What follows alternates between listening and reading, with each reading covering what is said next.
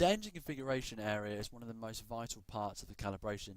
This is where we're telling the ECU what the setup of the engine is, and basically these items are blue for a reason because they can't be changed live. Any items that are blue, just a reminder, they need to be programmed in order to be saved. So let's run through these basic top engine configuration settings before we get into the generic crank and cam setup.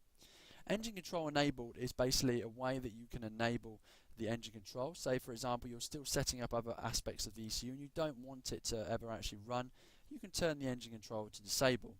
There's also another way of doing this in the I/O configuration. So if you were to go to pin assignments, you've also got an enable switch here which you can actually assign to an input for a switch and have it so that the engine enable would be turned on and off versus a switch also.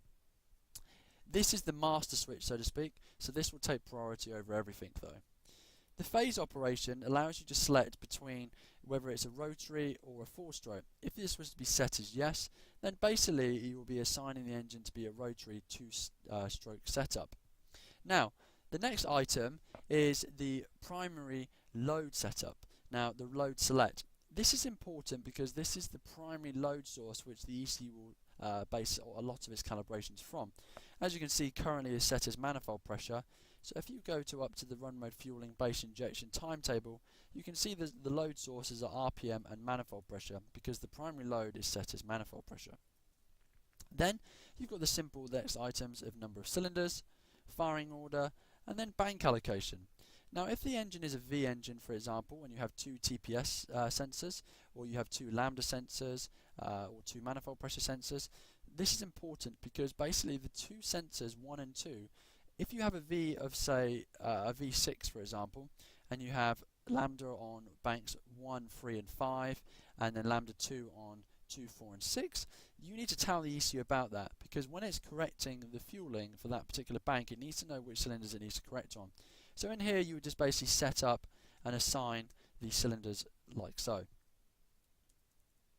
Then the asymmetric engine flag. Now most engines these days are actually a true V, if they are particularly for a V engine. If it's an inline 4 or a straight 6, it doesn't matter. But if you've got a V engine, then it's important to know whether the actual engine is symmetrical.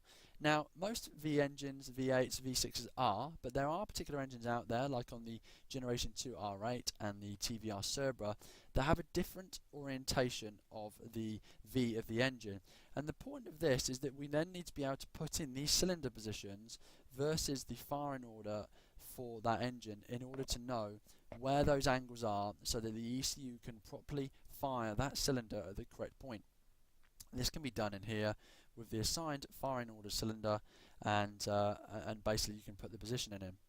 Now the crank and cam type, we do have some generic setup values which are set for different particular engines. So you've got the Nissans, the K-Series, the Mitsubishi Evo, etc.